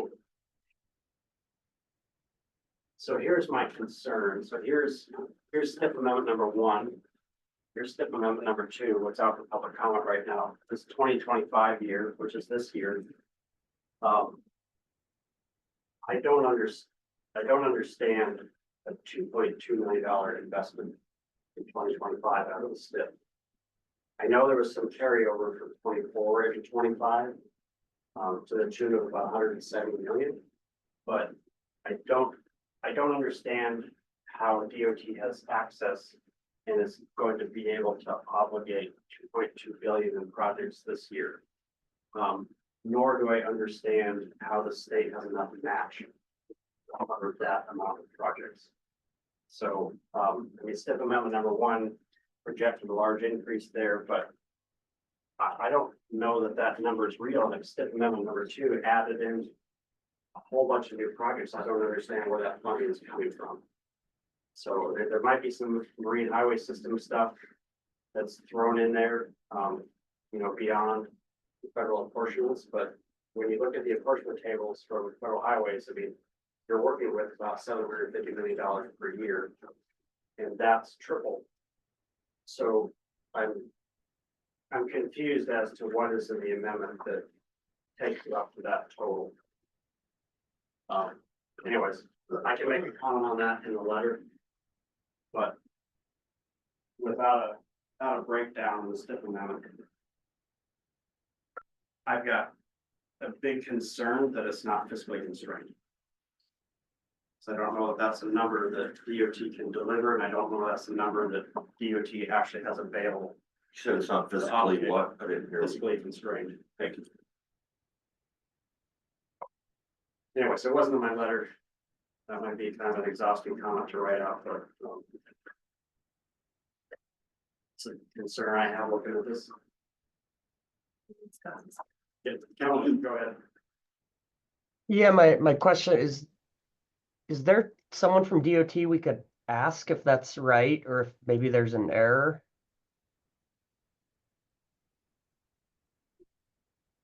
Yeah, we have somebody to put on the spot. Ben, would you like to comment on that or no comment? I mean, we'd have to talk to the commissioner's office about where. I mean, typically you can see from one year to the next, if there's movement from out years to the current 25. So if there was an intent to, so you should see a decrease in 26 and 27 if we've moved it into 25. You do see a little bit of an increase from 24, but that doesn't account for that much increase. And so I know there's a lot more effort being put in to including things in the STIP and in the calculation for obligations that are outside of federal highways. So they are wrapping in a lot of MHS stuff. There's even some aviation in some of these dashboards. It may not just be just STIP numbers, but I'm not sure where. But aviation should not be in there. And so I'd be curious where those. As best we can do, Calvin. Sorry, I didn't catch who was speaking. That's Ben White, Okay. and he's here in person with us today. In any event, I mean, with the STIP and these STIP amendments, we typically don't get a presentation by the folks that work on the STIP to provide a clarity as to how these numbers came about, what's included in that number. Historically, we've never received that. And, anyways, it's a concern that this STIP amendment may not be fiscally constrained. And it may set up a false expectation to the public that 2.2 billion is actually going to be delivered this year.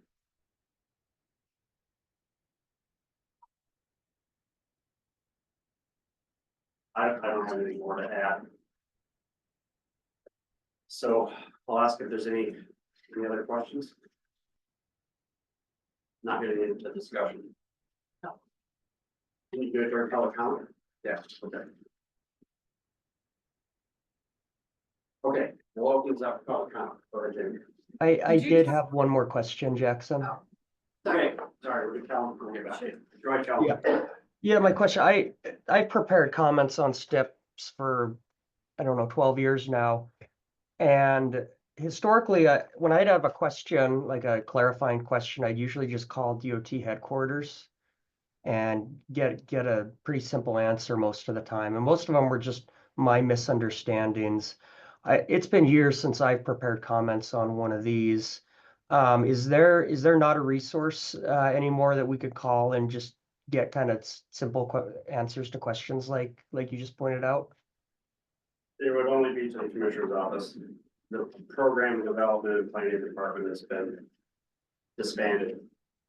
Might be a better word to use there, but the department we used to contact about this doesn't exist in its previous form anymore. If I had just some simple questions like that, I should be calling the commissioner's office? Yes, Okay.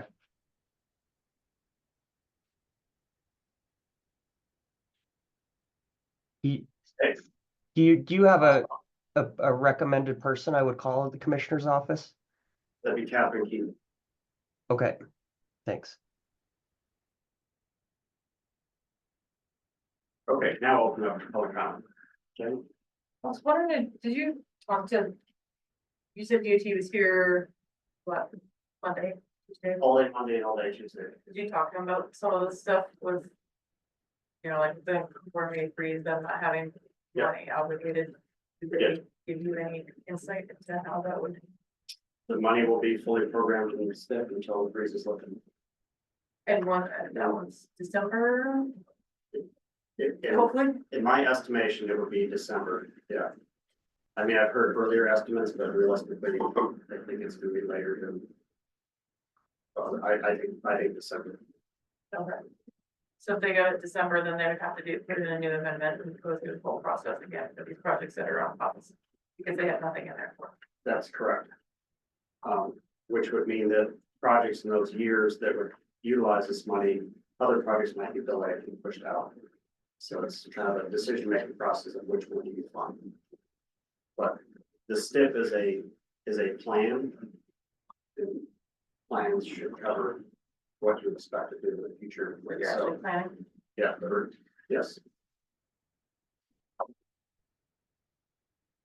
Aaron, Can I make a comment? yes, you may.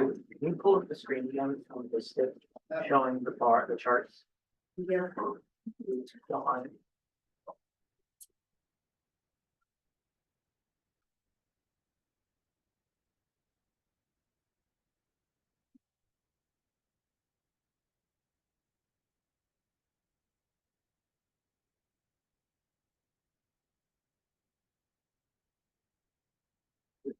I didn't realize how much that was back in my brain. White noise. The wind. Yeah. The wind. You know, when it kind of goes off your screen and then you can't access the spot to pull it down. Use the window key and then over arrow. Click on the thing. Ah, okay.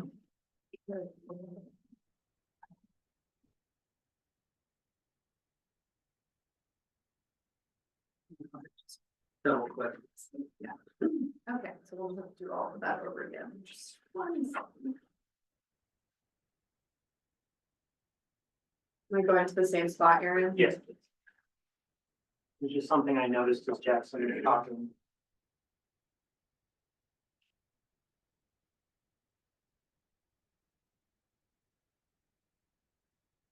So I'm looking at the comparison between Amendment 1 and Amendment 2. Not only is FY 25 increased substantially, 600, 500 and some odd million.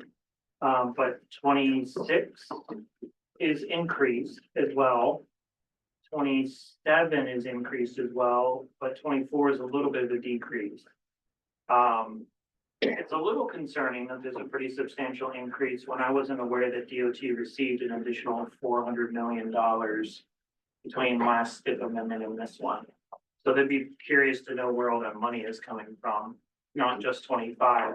I also noticed on the upper portion, they're programmed by strategic investment areas. They've added 10 projects, which is really challenging to find programs, projects. You also have, it went from 32 non-applicable to 15. So it'd be kind of nice to know where that's, what are the non-applicable? projects. And why are they programming projects that aren't aligning with their strategic investment areas? That seems to be counterintuitive. And I haven't actually added up if those numbers are correct or not. It seems there are technical errors throughout everything, so I hope to verify those. I mean, in my opinion, it's really challenging to follow along with what's going on. And we were asked, why does it matter for the MPOs if our areas are made whole? Well, is this fiscally constrained or not? Because if they're not fiscally constrained, we're not fiscally constrained. And causes some serious concerns. Just figured I'd make that comment. Thank you. Thank you, Aaron. Any other public comment today?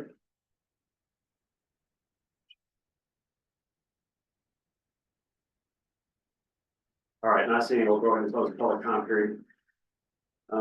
Yeah, we have about 15 minutes left in the meeting, so I'm gonna call for a motion at this time on our very brief comment letter, pages 58, 59 in the packet.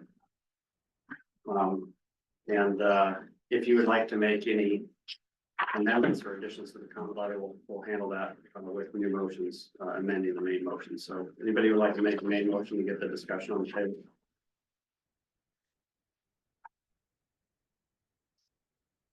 Yes, Bill.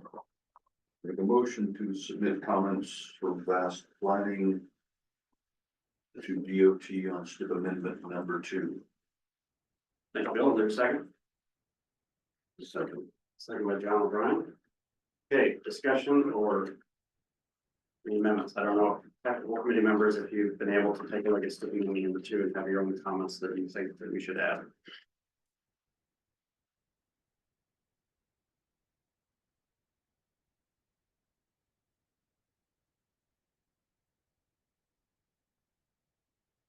Any discussion? Yeah, Kellen, go ahead. Yeah, thanks, Jackson. I would like to make an amendment. Okay.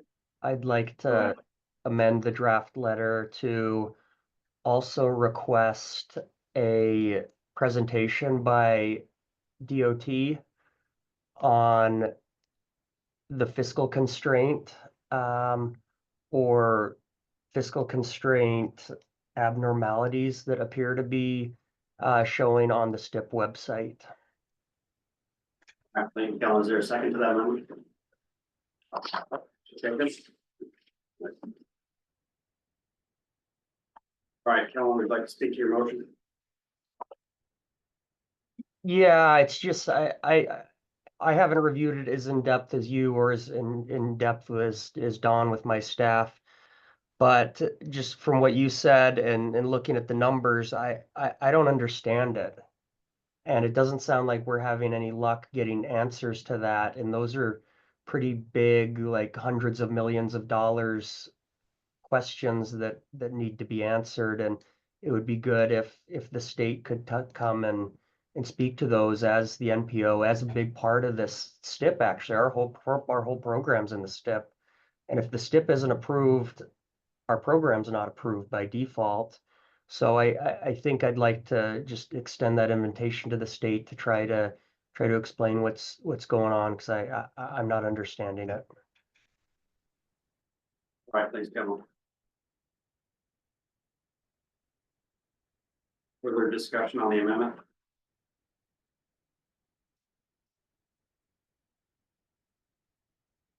Okay, not seeing any. I'm gonna ask if there's anyone opposed to the amendment. Sorry, I had to step out. Can you tell me what the amendment? So the amendment is to request a presentation from DOT on the fiscal constraint of the STIP amendment. Thank you. Anyone who would like to abstain? Okay, hearing none, the amendment's approved. We're back to the main motion as amended. To approve the letter and request a presentation. Any other amendments? Comments you would like to add to the letter?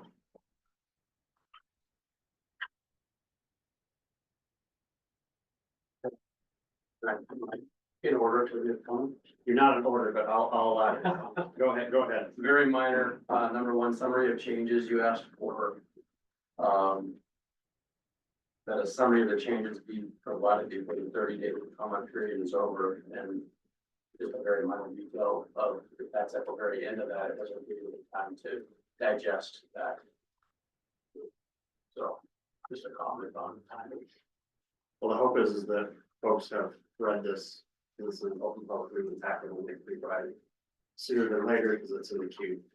So we handle it this way, very similar to number one as well. Okay. But that's good to point out, we're likely not to receive this before, then the comment period, be able to adjust. We're out of order. We're out of order, go ahead.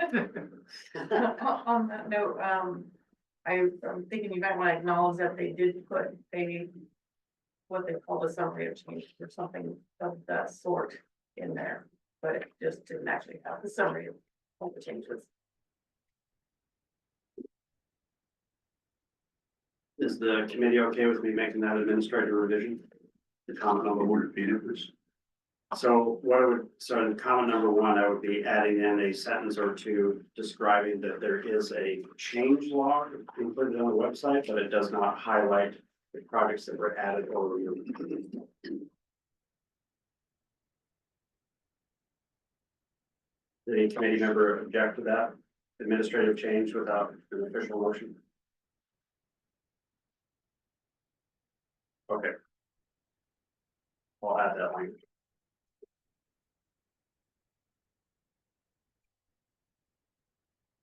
Okay, further discussion or any other amendments?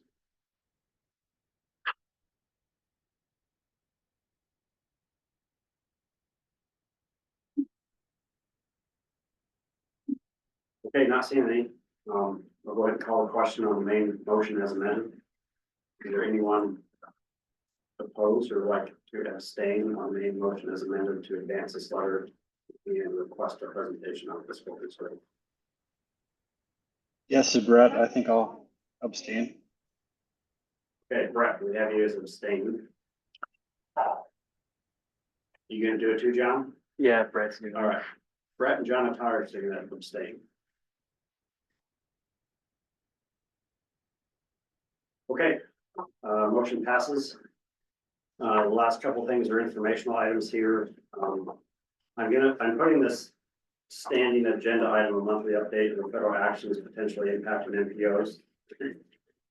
I've included information in previous packets on the presidential executive order and the recent orders coming out of the U.S. Department of Transportation from Sean Dutton.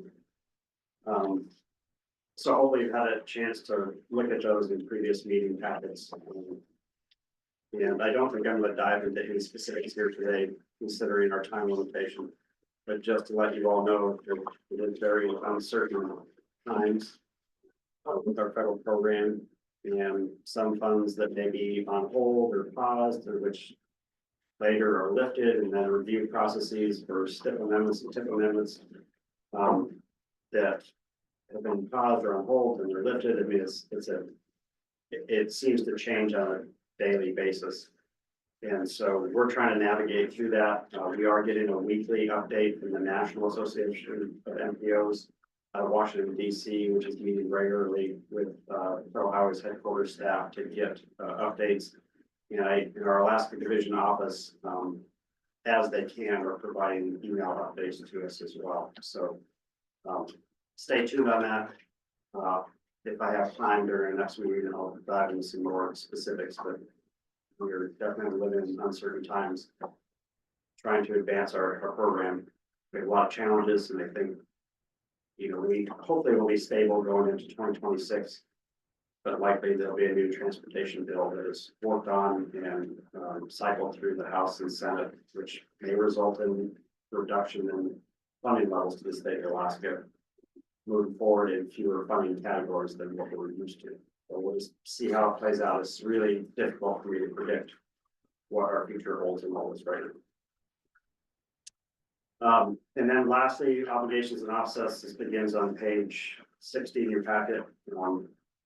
Our obligations this year are only at 7%, which is far behind previous years at March. So I don't entirely understand what the holdup is on some of these obligations. I don't know if some of it's in the state side, if some of it's on the federal side. But we should be about 50% obligated this time of year for everything that we have in the queue. And that concludes my report on those informational items. Are there any questions?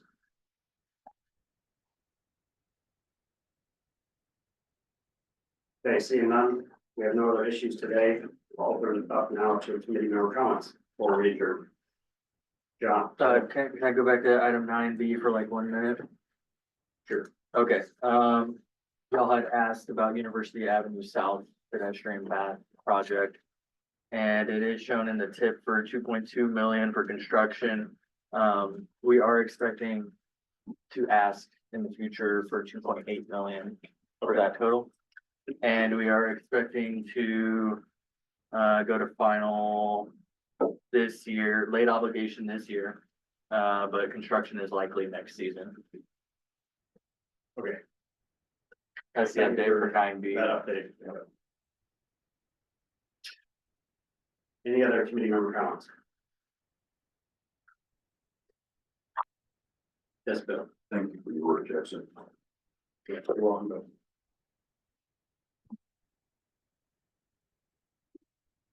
All right, seeing no other committee member comments. Oh, we have John again for you. I move to adjourn.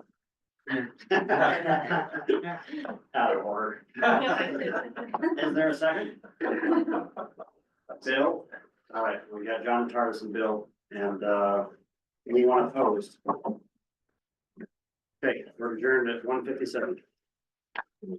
All right, thanks. Bye. Thanks, everyone. Yeah, you might.